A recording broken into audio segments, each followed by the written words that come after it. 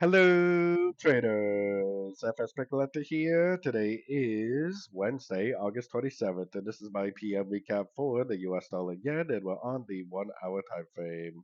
So, on the US dollar yen, if you watched my morning video, hopefully you caught this short. This was a really nice trade today, as you can see. Now, I would really like to see this to continue down tonight.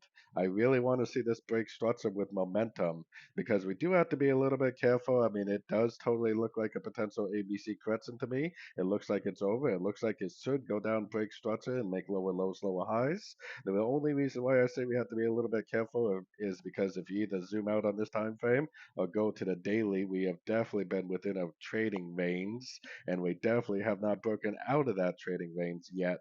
So there's really no proof yet that we are going to break out of that trading range.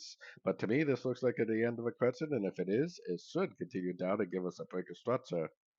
So, anyways, don't forget to check out my website linked over here in the corner. And as always, thank you for watching and happy trading.